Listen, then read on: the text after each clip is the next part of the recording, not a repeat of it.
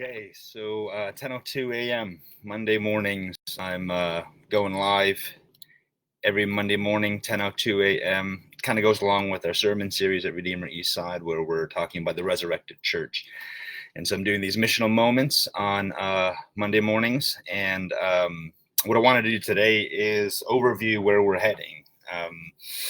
Our missional moments these Mondays, I'm hoping it's a tool resource that helps us figure out how can we structure our days and weeks in a way that will both draw us closer to God, but also can send us deeper into the world. And so we're focusing on 5 key spiritual practices in each of these weeks.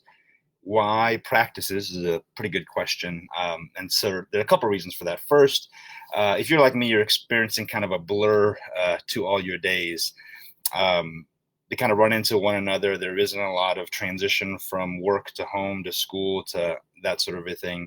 I think I remember reading somewhere they talked about how, it's only in a time of pandemic when you have your sweatpants and then you have your work sweatpants. And so even the clothes we wear kind of speaks to the blur. And so we're experiencing a blur, so giving structure to our days, I think, is really critical. And what might it look like if we gave structure to our days that were intentionally spiritual and missional in nature?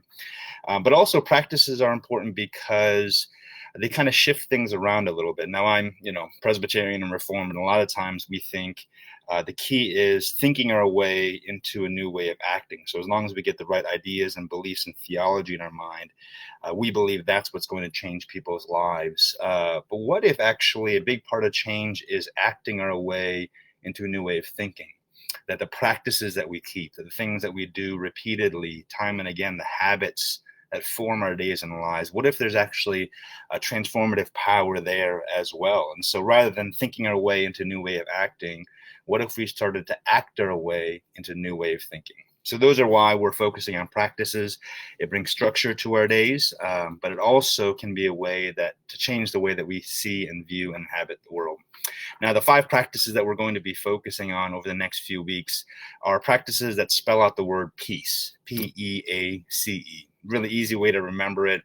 The reason I like the notion of practices of peace is, on the one hand, it reminds us that these practices are rerouting us in the peace that's already ours in Jesus. We're not earning or achieving anything by keeping these practices. Instead, we're reorienting to the peace that we have with God in Jesus.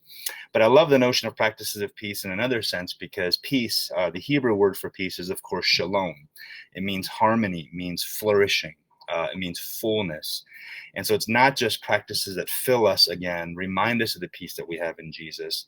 They're practices that we keep to bring about the shalom of God, to bring about the peace, the flourishing, the fullness, the wholeness that comes with knowing God to the lives of our neighbors and in a place in the world that God is sending us. So these are the 5 practices of peace really quickly.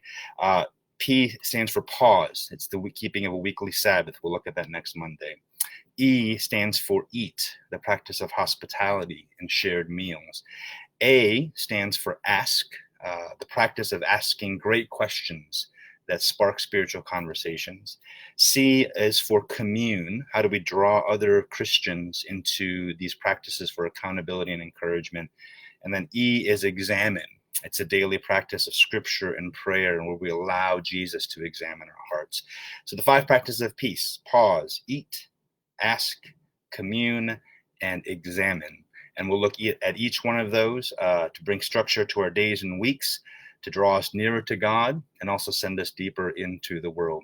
What we're also going to be doing is, starting every Thursday, not this Thursday, but next Thursday, May the 14th, we're going to be having a Zoom Q&A for anybody who might be interested in going deeper with these particular practices in your own life. So look out for more information on that. But for this week, consider those 5 practices in your life and consider how might you begin to make room for them. Pause, eat, ask, commune, and examine. So thanks for joining today. We'll see you next week.